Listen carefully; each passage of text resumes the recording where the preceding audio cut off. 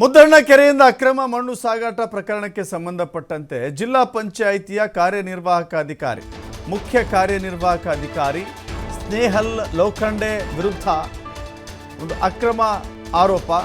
ಶಿವಮೊಗ್ಗ ಜಿಲ್ಲಾ ಪಂಚಾಯಿತಿಯ ಸಿಇಒ ಬಂಧನಕ್ಕೆ ಕೋರ್ಟ್ ಆದೇಶ ಕೊಟ್ಟಿದೆ.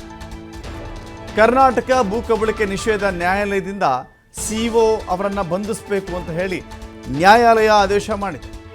ಫೆಬ್ರವರಿ 26ಕ್ಕೆ 25,000 ಬಾಂಡ್ ಜೊತೆಗೆ ಕೋರ್ಟ್ಗೆ ಹಾಜರಾಗಲಿಕ್ಕೆ ಸೂಚನೆಯನ್ನು ಕೊಟ್ಟಿದ್ದಾರೆ.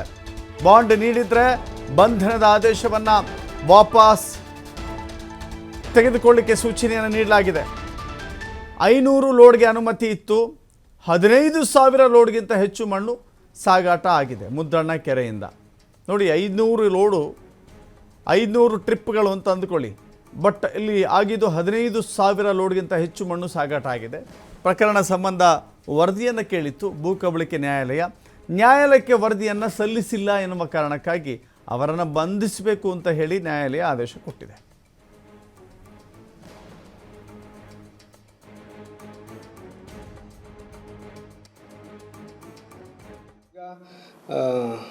ಅಬ್ಬಲ್ಗೆರೆ ಮನೆ ತೆಗೆಯುವ ವಿಷಯ ಬಗ್ಗೆ ನಮಗೆ ಭೂ ಕಬಳಿಕೆ ಇಲಾಖೆಯಿಂದ ಒಂದು ಇದು ಬಂದಿದೆ, ನೋಟಿಸ್ ಬಂದಿದೆ. 16 ತಾರೀಕುವರೆಗೆ ನಾವು ಅವರಿಗೆ ವರದಿ ಕಳಿಸ್ಕೋಬೇಕು. ಅದು ವರದಿ ನಮ್ಮದು ನಾವು ಪ್ರಿಪೇರ್ ಮಾಡ್ತಾ ಇರ್ತೀವಿ.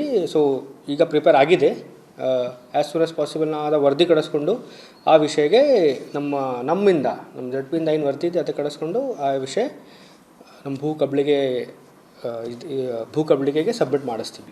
ಅದೇ 16 ತಾರೀಕುವರೆಗೆ ವರದಿ ಸಬ್ಮಿಟ್ ಆಗಬೇಕು. ಅದು ವರದಿ ಸಬ್ಮಿಟ್ ನಮ್ಮದು ವರದಿ ರೆಡಿ ಆಗ್ತಾ ಇತ್ತು. ಸೊ ರೆಡಿ ಆಗೋಕ್ಕೆ ಇದು ಟೈಮ್ ಆಯಿತು. ಅದಕ್ಕೆ ಈಗ ವರದಿ ರೆಡಿ ಆಗಿಬಿಟ್ಟಿದೆ, ಕಂಪ್ಲೀಟ್ ಆಗಿದೆ. ಕಂಪ್ಲೀಟ್ ಆದಮೇಲೆ ನಾವು ಸಬ್ಮಿಟ್ ಮಾಡಿಸ್ತೀವಿ. ಆ ಇಶ್ಯೂ ಕ್ಲೋಸ್ ಆಗುತ್ತೆ. ಅದೆಲ್ಲ ರಿಪೋರ್ಟಲ್ಲಿ ಇದೆ. ರಿಪೋರ್ಟಲ್ಲಿ ಡಿಟೇಲ್ ಆಗಿ ಡಿಸ್ಕಸ್ ಆಗಿದೆ. ಮತ್ತು ನಮ್ಮ ರಿಪೋರ್ಟಲ್ಲಿ ಡಿಟೇಲ್ ಆಗಿ ನಾವು ಸಬ್ಮಿಟ್ ಮಾಡಿದ್ದೀವಿ. ಆ ರಿಪೋರ್ಟಲ್ಲಿ ಸಬ್ಮಿಟ್ ಮಾಡಿಸ್ತೀವಿ.